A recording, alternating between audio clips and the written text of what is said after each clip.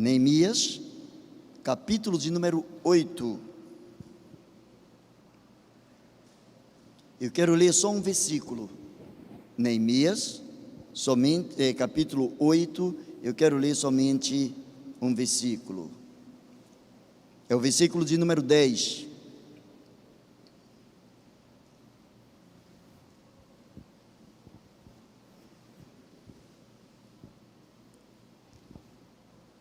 Esdras, Neemias, Esté, Jó, Salmo. Então, se você está em Salmo, volta um pouquinho aí, isso aí para os mais novos. Os mais antigos, com certeza, sabem onde Neemias está. Se ele não estiver por aí, é porque está na reconstrução dos muros, né? De repente ainda não voltou de lá. Diz assim, somente o versículo de número 10, Neemias 8, 10. Disse-lhes mais: ide, comei as gorduras, bebei as doçuras, e enviai poções aos que não têm nada preparado para si, porque esse dia é consagrado ao Senhor. Portanto, não vos entristeçais, porque a alegria do Senhor é a vossa força. Eu gostaria que você repetisse comigo esta segunda parte da palavra de Deus, que diz: portanto, não vos entristeçais, porque a alegria do Senhor é a vossa força. Vamos a uma só voz. Portanto, não vos entristeçais, porque a alegria do Senhor é a vossa força. Senhor, nós nos sentimos abençoados pela leitura da Tua palavra, mas pedimos, Senhor, que essa palavra seja aplicada aos nossos corações de acordo com a Tua grandeza, pois assim oramos em nome de Jesus, amém. Amados, eu quero ser rápido, mas eu quero pensar com os irmãos sobre alegre-se no Senhor. Quantos aqui já experimentaram em algum momento da sua vida uma alegria, mas uma alegria profunda, que você não gostaria mais que essa alegria saísse de você? Quem já teve essa experiência de passar uma alegria, dizer: Senhor, se esse momento fosse perpetuado, seria céu na terra? Possivelmente você também já viveu o antagonismo, possivelmente você já viveu um momento de tristeza muito profundo, do qual você falou diante do Senhor: Senhor, afasta de mim este momento, pois que nele eu não tenho prazer. Portanto, não vos entristeçais, porque a alegria do Senhor é a vossa força. Eu quero nessa noite encorajar você, despertar você para uma vida de alegria no Senhor, uma vida de alegria não pautada nas coisas, circunstâncias e pessoas, mas uma alegria fomentada, trabalhada, alicerçada no próprio Deus, uma alegria oriunda do trono da graça do Senhor. Uma das maiores sensações da vida é alegria. Uma das melhores sensações que o ser humano pode viver é alegria. Ela propicia paz de espírito, ela modifica corações e encoraja a prosseguir. Quando você está cheio de alegria, quando você está totalmente voltado para a alegria, o seu coração e o seu espírito se sentem impulsionados a prosseguir. Mas nem sempre, grave bem isso aqui, nem sempre os prazeres trazem alegria, porque alguns dos prazeres são passageiros. Existem prazeres que são transformados ou são inícios e indícios, prenúncio de alegria, e existem prazeres que são prenúncios de tristeza, de problemas, de situações adversas. O texto que nós acabamos de ler fala do povo de Deus, quando o povo de Deus estava saindo do exílio, quando o povo de Deus estava saindo do cativeiro, quando o povo de Deus estava redescobrindo o próprio Deus, um relacionamento que havia sido quebrado por parte do povo e que agora estava sendo inteirado na presença do Senhor. Existiam algumas razões para que o povo estivesse chorando. Neemias diz: portanto, não vos entristeçais, porque a alegria do Senhor é a vossa força. quando Esdras, ele esteve lendo a lei diante do povo, diz a palavra de Deus que os sacerdotes, o povo e os líderes espirituais, todos eles haviam se esquecido do próprio Deus. Eles haviam sido levados para o cativeiro porque haviam quebrado uma comunhão especial que Deus queria ter com o seu povo. O povo foi para o exílio, o povo foi para o sofrimento. Mas a Bíblia diz que um homem, copeiro do rei, estava orando ao Senhor, estava pedindo ao Senhor misericórdia, pedindo ao Senhor reestruturação para o seu povo, reestruturação para o reino que era do povo escolhido, do povo de Deus. Estava pedindo a Deus misericórdia para que o povo de Deus voltasse a contemplar a face de Deus. E ele começou a descobrir que existiam algumas razões para que o povo estivesse debaixo de choro, para que o povo estivesse o tempo todo entristecido, para que o coração do povo estivesse traspassado pelas setas, pelas flechas, pelas dores, pela insatisfação, pelo gemido constante.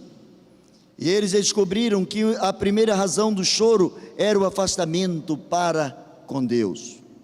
Quando o homem se afasta de Deus, quando o ser humano se afasta de Deus, quando o servo se afasta de Deus, ele não vai colher uma outra coisa senão choro. Há uma grande diferença de chorar na presença de Deus para chorar longe da presença de Deus. Quando uma criança chora perto da sua mãe ou perto de alguém que está tomando conta, naturalmente esse cuidador, essa cuidadora, essa mãe, vai de uma forma muito especial e pega essa criança para que ela pare de chorar. Coisa semelhante ao que Deus faz quando o seu povo chora aos pés do Senhor, quando o seu povo se derrama, quando o seu povo se quebranta na presença do Senhor.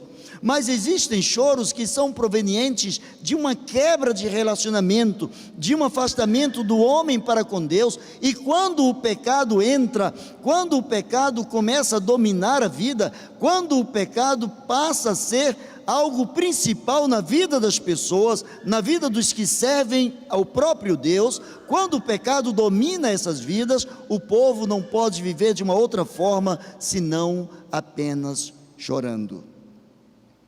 O povo já não compreendia mais a palavra de Deus. Moisés havia dado a palavra de Deus, Moisés havia colocado os mandamentos. O povo, por várias gerações, conhecia a palavra de Deus, conhecia os preceitos de Deus, as orientações do próprio Deus, mas o povo já não compreendia mais a palavra de Deus, porque a palavra de Deus agora era algo antagônico aos desejos do povo.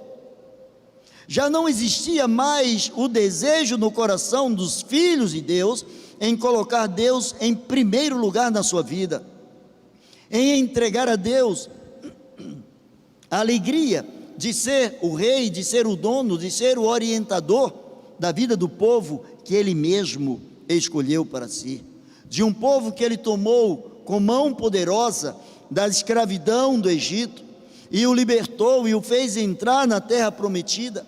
E um povo que, por conta de não conhecer a palavra de Deus, no sentido de não se esforçar para aplicar a palavra de Deus no seu coração, o povo começou a descobrir que os seus próprios esforços não eram suficientes para trazer-lhes esperança. Quando nós confiamos no nosso braço, quando nós confiamos na nossa força, quando nós nos equilibramos apenas naquilo que nós aprendemos ou aquilo que nos sustenta, quando o nosso amparo, quando a nossa base, o nosso alicerce não é o próprio Deus e a sua palavra, nós não temos uma outra razão de expressar sentimento, ou não temos uma outra forma de expressar sentimento a não ser através do choro. Quantas pessoas choram hoje porque se afastaram da presença do Senhor? Recentemente eu falei com um cristão, não é desse estado, um homem de Deus, um homem vocacionado, um servo de Deus, um homem com muito tempo de experiência na palavra de Deus, pregando a palavra de Deus por muito tempo. Recentemente, falando com ele, ele disse assim: pastor, eu estou pagando, eu sei que Deus tirou de mim as coisas que eu tinha, eu sei que Deus tirou de mim as coisas que Ele me deu e que eu não valorizei, e eu sei que agora eu estou chorando, e eu sei que os meus esforços não são suficientes. Eu estou buscando você, eu estou ligando para você, para que você ore por mim. Há momentos que o gemido é tão grande, que nem forças para orar a pessoa encontra. Ainda bem que diz a palavra de Deus, que o Espírito de Deus intercede por nós com gemidos inexprimíveis. O Espírito de Deus fala diante de Deus em prol das nossas vidas, de uma maneira que somente o próprio Deus entende, porque as nossas orações, as nossas palavras e as nossas intenções já não são suficientes para chegarem ao trono da graça de Deus. Mas a palavra de Deus orientou aquele povo a uma prática de confissão dos pecados.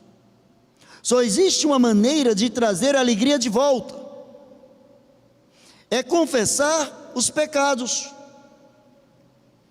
Existem muitos pecados ocultos. Eu me lembro quando criança, eu presenciei em alguns momentos, eu louvo a Deus porque eu só não nasci na igreja, que a igreja ainda não tinha maternidade, senão eu teria nascido dentro da igreja. Mas eu me lembro que houve um tempo em que, dentro das nossas igrejas, a forma de levar as pessoas a confessar os pecados era algo até quase que uma tortura. Algumas pessoas precisavam ir à frente e de púlpito, de público, confessar os seus pecados. Eu me lembro, eu cresci vendo muitas pessoas, onde congregações, pessoas levantavam suas mãos propondo a exclusão de A ou a exclusão de B. E por vezes, aquilo me levava a pensar, se as pessoas que estavam propondo, as pessoas que estavam levando uma palavra de uma operação cirúrgica, se elas também estavam habilitadas diante de Deus a amputarem aquele membro. A falta de amor é um pecado, e que está oculto. O povo começou a chorar porque o povo já não entendia mais a palavra de Deus. O povo lia a palavra de Deus, mas não entendia a palavra de Deus. Porque a palavra de Deus, ela só pode ser entendida se interpretada pelo próprio Espírito, que levou homens e mulheres a escrevê-la. Não existe teólogo, não existe pastor, não existe estudioso, não existe doutor em teologia em quaisquer das áreas possíveis, que seja capaz de revelar a palavra de Deus, a não ser o Espírito Santo de Deus. E quando o povo não conhece a palavra de Deus revelada pelo próprio Espírito de Deus, aí o povo não confessa os seus pecados. E quando não confessamos o nosso pecado, trazemos um peso coletivo, trazemos um peso para toda a congregação. Os pecados precisam sim ser confessados de forma volitiva, voluntária. A iniciativa precisa ser daquele que pecou. A iniciativa precisa ser daquele que quebrou um relacionamento com Deus.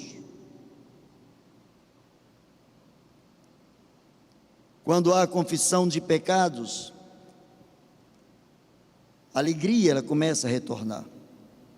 A palavra de Deus diz que quando Esdras começou a ler, fizeram um púlpito de madeira, ele subiu para ficar em destaque, não existia amplificação de voz, não existia mesa de som com Emilson ali, manipulando, orientando, trabalhando, não existia a mídia como nós temos hoje para levar a você que está em casa, era ali, na presença, a congregação, olho no olho, as pessoas mais perto, e as pessoas precisavam fazer silêncio, para ouvir o que estava sendo pregado da palavra de Deus.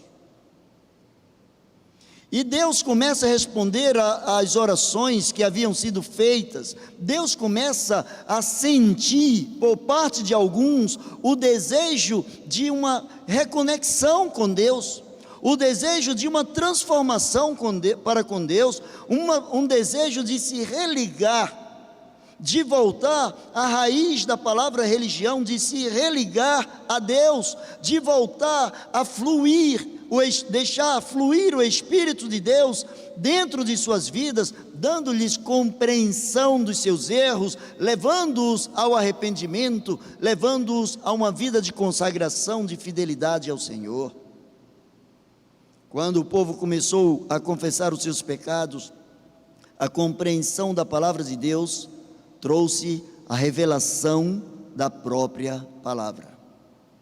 Existe uma grande diferença entre ouvir a palavra e compreender a palavra. Filipe e o eunuco, logo quando a igreja primitiva começou a difundir missões, quando começou a pregar a palavra de Deus, o Espírito de Deus orientou que o seu servo estivesse indo ali, perto daquela carruagem, e Filipe diz para o eunuco: entendes tu o que lê? E ele diz: como eu vou ler se alguém não me explicar? Como entender coisas espirituais se o Espírito não me explicar? Jesus chegou e foi abordado por um homem conhecedor da lei, um homem culto, um homem que de noite fora falar com ele. Nicodemos começou a falar com Jesus, dizendo: Jesus, Senhor, Mestre, Rabi, o que é que eu preciso fazer para herdar a vida eterna? E Jesus começou a falar de uma forma mais sofisticada, dado que aquele homem tinha um conhecimento vasto. E Jesus disse: olha, em outras palavras, você precisa nascer de novo. Para um homem que conhecia filosofia, seria muito fácil interpretar de uma forma filosófica, mas ele precisava entender de uma forma espiritual, e ele pergunta a Jesus: como o homem sendo velho pode nascer de novo? Pode porventura entrar no ventre da sua mãe e nascer segunda vez? A Jesus diz: olha, se eu te falei de coisas terrenas, você não entende, agora imagina se eu falar para você de coisas espirituais. O que é nascido de carne, Nicodemos, é carne. O que é nascido do Espírito, ou o que é gerado pelo Espírito, e só pode ser gerado pelo Espírito quando há interferência do Espírito. Mas o grande problema é que o povo já não buscava mais o Espírito. Hoje há muitas pessoas que já não buscam mais o Espírito de Deus, porque fizeram seus altares, e Deus precisa se adequar aos seus altares, e ainda não entenderam que Deus não divide a sua glória com ninguém. Deus não divide a sua glória com ninguém, a menos que haja confissão de pecados, a menos que os corações se quebrantem, gerando obediência tal que fora expressa pelo apóstolo Paulo, quando diz: de sorte que haja em vós o mesmo sentimento que houve em Cristo Jesus, que subsistindo na forma de Deus, não teve por usurpação o ser igual a Deus, mas esvaziou-se a si mesmo, tomando a forma de servo, sendo obediente até a morte. Tem pessoas que antes de morrer já estão em desobediência, Porque já não suportam mais a palavra de Deus, porque já não suportam mais a proposta que a palavra de Deus traz para aqueles que se encontraram com o Senhor. O arado dói a mão, o arado fere a mão. Evangelho é arado, mas aquele que lança a mão do arado e olha para trás, não é apto para o reino de Deus. A fidelidade que o Senhor espera que tenhamos, ela precisa ser contínua, ela precisa ser até o fim, ela precisa ser cada vez mais crescente, abundante, sabendo que o nosso trabalho não é vão no Senhor. A alegria vem do Senhor, porque o nosso trabalho não é vão no Senhor. O Senhor valoriza quem somos. Vimos aqui no prenúncio do culto, Orlando dizendo: você não pode esquecer que Deus ama você. Mas você só vai entender que você é amado por Deus se o Espírito de Deus revelar isso a você. E você só vai ter isso revelado pelo Espírito se você busca as coisas do Espírito. E você só vai buscar as coisas do Espírito a partir do momento que você revela os seus pecados diante de Deus. A partir do momento que você confessa e deixa, você alcança misericórdia. Mas se você esconde os seus pecados, diz a palavra de Deus, nunca prosperará. Nunca. Não adianta, é como se fosse uma areia movediça. Pecado é como uma areia movediça. Quanto mais você se mexe, mais se afunda. Se você ficar quieto, vai morrer. E se mexer, vai morrer mais depressa.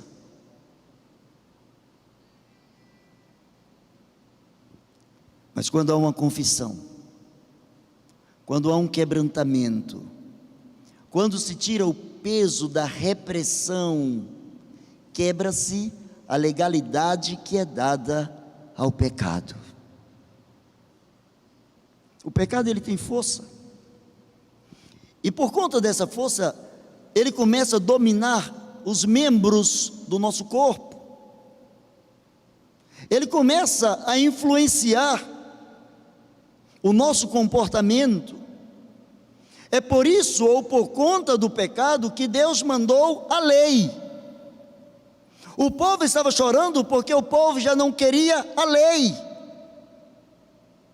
Diz a palavra de Deus que veio a lei, sabe com qual função? Para que o pecado avultasse, crescesse, para que as pessoas identificassem com mais clareza o que era pecado. Mas olha que maravilha, diz a palavra do Senhor: onde abundou o pecado, superabundou a graça, superabundou a graça, superabundou a graça. Deus chegou e fez assim: olha, eu vou descortinar, vou botar aqui um quadro branco e vou dizer para vocês o que é pecado. E foi colocando a lei. Ele diz: amarás ao Senhor teu Deus sobre todas as coisas. E quando isso não acontece, aí ele escreve embaixo: isso é pecado. Honra teu pai e a tua mãe. E quando isso não acontece, ele escreve embaixo: isto é pecado. E aí por diante. E ele mandou a lei para que tivéssemos uma nítida e ampliada convicção do que é errado diante dele. Mas onde abundou o pecado, onde o pecado foi fascinante, onde ele nos atraiu, de uma maneira que estivemos como que dentro de uma areia movediça, superabundou a graça. Superabundou a graça. A graça é o favor de Deus sobre a vida de quem não merece coisa nenhuma, sobre a tua vida, sobre a minha vida. A graça é o pagamento que Deus fez em teu lugar, em meu lugar, sem que tivéssemos feito alguma coisa que pudesse justificar a presença e a iniciativa do próprio Deus. A esperança, ela começa a ser renovada no Senhor. Já vi pessoas que falam assim: olha, eu primeiro preciso deixar de fazer algumas coisas para depois servir ao Senhor. Eu primeiro preciso dar umas consertadas boas aqui. Eu primeiro preciso deixar de beber, preciso deixar de fumar, preciso deixar disso, deixar aquilo, deixar aquilo outro, para depois servir ao Senhor. Sabe quando você vai servir ao Senhor? Nunca. Porque um abismo chama um outro abismo, um pecado chama outro pecado, uma necessidade chama outra necessidade. Ouvimos aqui que no mundo quantos milhões de pessoas morrem de fome, e quando o homem está diante da fome, diante da morte, é natural que ele pense numa questão de sobrevivência, e isso faz com que ele seja impulsionado a roubar, faz com que ele se sinta impulsionado a traficar. Um pecado chama um outro pecado. A esperança precisa ser renovada no Senhor. Quando a coletividade, como corpo de Cristo, temos consciência da necessidade de mudança, quando a mudança começa em mim, quando a mudança começa em você, quando liberadamente vamos ao trono da graça de Deus, confessando os nossos pecados, a nossa esperança é renovada, porque não estamos estribados, não estamos sustentados no nosso próprio esforço, mas estamos cônscios, estamos firmes de que no Senhor dias melhores virão. A palavra de Deus, no texto que nós estamos tomando por base, diz: disse-lhes mais: ide, comei as gorduras e bebei as doçuras, e enviai as porções aos que não têm nada preparado para si, porque esse dia é consagrado ao Senhor. Portanto, não vos entristeçais, porque a alegria do Senhor é a vossa força. É a alegria do Senhor que traz a força do Senhor, é a alegria do Senhor que faz com que sejamos renovados, sejamos ressuscitados, espiritualmente falando, sejamos encorajados e redirecionados, segundo a orientação do próprio Deus. Quando temos a esperança renovada no Senhor, a alegria que Ele nos dá, essa nos fortalece, porque o ânimo surge da nossa alegria. Ninguém anda, ninguém progride se não estiver alegre. Quantas pessoas com tantos potenciais não andam porque estão desanimadas? O desânimo afeta a alma. O desânimo trava a sequência lógica. O desânimo impede um crescimento maior e avultado, se não estivermos animados pela alegria do Senhor. Mas eu quero concluir. Existem muitas razões na vida para o entristecimento. Existem muitas razões na vida para o entristecimento. São pessoas que te faltam, é o alimento que falta para algumas pessoas, é o emprego que falta para algumas pessoas, é a saúde que falta para algumas pessoas. Enfim, nós temos razões aos milhares, temos motivos e temos probabilidades de entristecimento em várias áreas da nossa vida. Isso leva o homem a sentir-se diminuído e indigno. Quando alguém se sente entristecido, ele se sente diminuído.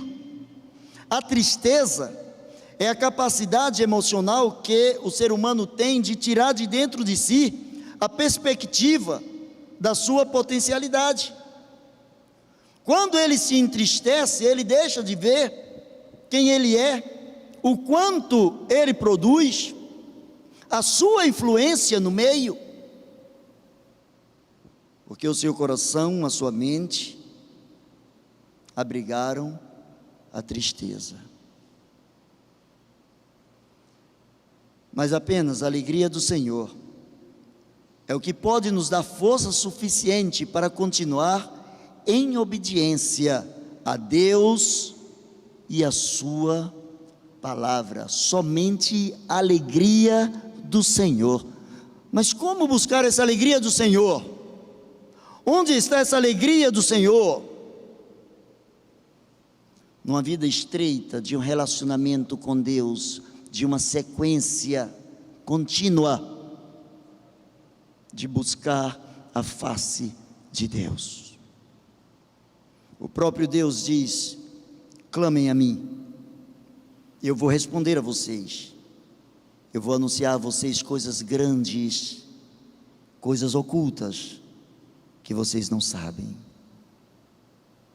Quando deixamos de buscar a presença de Deus, quando deixamos de buscar a palavra de Deus, o vazio da nossa alma vai sendo preenchido pela tristeza, pela tristeza, pela tristeza.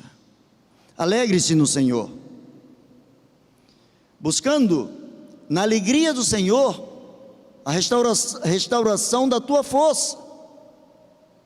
É a tua força proveniente da alegria que vem do Senhor.